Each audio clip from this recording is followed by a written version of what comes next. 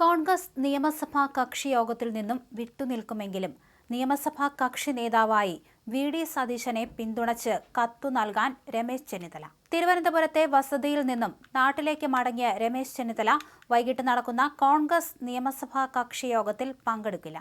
രമേശ് ചെന്നിത്തല ഹരിപ്പാട്ടേക്കാണ് പോയതെന്നും അവിടെ നിന്ന് ഗുരുവായൂരിലേക്ക് പോകുമെന്നാണ് വിവരം. മുഖ്യമന്ത്രി പ്രഖ്യാപനത്തിന് മുൻപ് ഫോണിൽ സംസാരിച്ച രാഹുൽ ഗാന്ധിയോട് രമേശ് അതൃപ്തി അറിയിച്ചുവെന്നാണ് വിവരം. ഇത്രയും കാലത്തെ തന്റെ പ്രവർത്തനവും സീനിയോറിറ്റിയും പരിഗണിക്കാത്തതിലാണ് രമേശ് ചെന്നിത്തല അതൃപ്തി പ്രകടിപ്പിച്ചത്. അതേസമയം രമേശ് ചെന്നിത്തല പരസ്യമായി പ്രതികരിച്ചിട്ടില്ല. വി.ഡി. സതീശനെ മുഖ്യമന്ത്രിയായി പ്രഖ്യാപിച്ചതിന് തൊട്ടു പിന്നാലെ രാവിലെ മുതൽ വഴുതക്കാട്ടെ വീട്ടിലുണ്ടായിരുന്ന അദ്ദേഹം കാത്തുനിന്ന മാധ്യമപ്രവർത്തകർക്ക് മുന്നിലെത്താതെ വീടിന്റെ പിൻഭാഗത്തുകൂടി പുറത്തേക്ക് പോയി. വീട്ടിലുണ്ടായിരുന്ന നിയുക്ത എം.എൽ.എ. ജ്യോതികുമാർ ചാമക്കാലയാണ് പുറത്തിറങ്ങി വന്ന് രമേശ് വീട്ടിലില്ല എന്ന് പറഞ്ഞത്. നിയുക്ത എം.എൽ.എമാരായ ജ്യോതികുമാർ ചാമക്കാല, അൻവർ സാദത്ത്, ടി.ജെ. വിനോദ് എന്നിവർ രാവിലെ മുതൽ രമേശ് ചെന്നിത്തലയുടെ വീട്ടിലുണ്ടായിരുന്നു. അതേസമയം ചെന്നിത്തല അതൃപ്തിയിലാണെന്ന വാർത്ത ജ്യോതികുമാർ ചാമക്കാല നിഷേധിച്ചിട്ടുണ്ട്. മാധ്യമങ്ങൾ അനാവശ്യ കാര്യങ്ങൾ പ്രചരിപ്പിക്കരുതെന്ന് അദ്ദേഹം പുറത്തെത്തി പ്രതികരിച്ചു. രമേശ് പലപ്പോഴും ആ വഴി പോകാറുണ്ടെന്നും എഴുതാപ്പുറം വായിക്കേണ്ടതില്ലെന്നും ജ്യോതികുമാർ പറഞ്ഞു. അതേസമയം രമേശ് ചെന്നിത്തലയെ പോലുള്ളവർ ക്യാബിനറ്റിൽ ഉണ്ടാകണമെന്നും അദ്ദേഹം ഉണ്ടാകുമെന്നാണ് കരുതുന്നതെന്നും മുതിർന്ന നേതാവ് കെ മുരളീധരൻ പറഞ്ഞു. രമേശ് ചെന്നിത്തലയ്ക്കെതിരെ ഹിതകരമല്ലാത്ത തീരുമാനങ്ങൾ വന്ന സന്ദർഭത്തിൽ പോലും പാർട്ടിയുടെ നയങ്ങൾക്കനുസരിച്ച് എല്ലാ കാലത്തും പ്രവർത്തിച്ചയാളാണ് അദ്ദേഹമെന്നും കെ മുരളീധരൻ പറഞ്ഞു. അദ്ദേഹം ഒരിക്കലും ഒരു വിമത പ്രവർത്തനത്തിന് നേതൃത്വം നൽകില്ല എന്നും ഈ മന്ത്രിസഭയിൽ കരുത്തായി അദ്ദേഹം നിലകൊള്ളുമെന്നാണ് എന്റെ പ്രതീക്ഷയെന്നും മുരളീധരൻ വ്യക്തമാക്കി.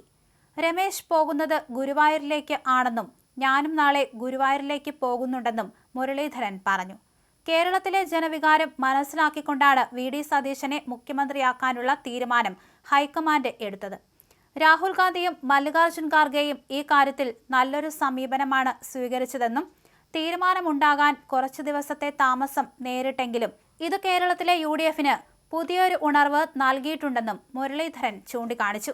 മുഖ്യമന്ത്രി പ്രഖ്യാപനം വന്നതിനു പിന്നാലെ മാധ്യമങ്ങളോട് സംസാരിക്കുകയായിരുന്നു അദ്ദേഹം.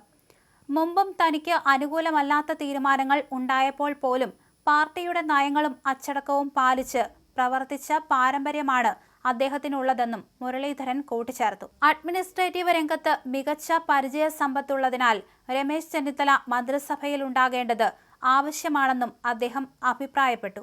അദ്ദേഹം മന്ത്രിസഭയുടെ കരുത്തായി നിലകൊള്ളുമെന്നാണ് പ്രതീക്ഷിക്കുന്നതെന്നും മുരളീധരൻ പറഞ്ഞു.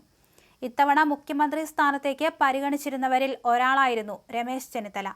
വി.ഡി. സതീശനെ മുഖ്യമന്ത്രിയാക്കിയ തീരുമാനത്തിൽ അദ്ദേഹം അതൃപ്തി പ്രകടിപ്പിക്കുകയും നിയമസഭാ കക്ഷി യോഗത്തിൽ പങ്കെടുക്കില്ലെന്ന് അറിയിക്കുകയും ചെയ്തു.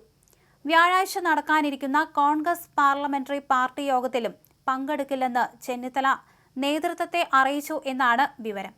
കുറെ കടമ്പകൾ കടന്നാണ് ഹൈക്കമാൻഡ് തീരുമാനം എടുത്തതെന്നും എല്ലാവരെയും ചേർത്ത് മുന്നോട്ടു പോകാൻ വി.ഡി. സതീശന് സാധിക്കണമെന്നും രാജ്മോഹൻ ഉണ്ണിത്താൻ എം.പി. പറഞ്ഞു. പാർട്ടിയിൽ ഒരു വികാരം ഉണ്ടായിരുന്നു, എന്നാൽ ജനവികാരം മറിച്ചായിരുന്നുവെന്നും ജനവികാരം കാണാതെ പാർട്ടിക്ക് മുന്നോട്ടു പോകാൻ കഴിയില്ലെന്നും രാജ്മോഹൻ ഉണ്ണിത്താൻ പറഞ്ഞു. ഘടകകക്ഷികളുടെയും വികാരം ഉൾക്കൊണ്ടാണ് തീരുമാനം. പ്രഖ്യാപനത്തിന് ശേഷമുള്ള കെ.സി. വേണുഗോപാലിന്റെ പ്രതികരണം മാതൃകാപരം. വിവാദങ്ങൾക്ക് വിട പറയണമെന്നും അദ്ദേഹം വ്യക്തമാക്കി. സീനിയോറിറ്റി നോക്കിയല്ല തീരുമാനമെടുക്കുക, കാലാനുസൃതമായ മാറ്റം ആവശ്യമാണെന്നും അദ്ദേഹം പറഞ്ഞു.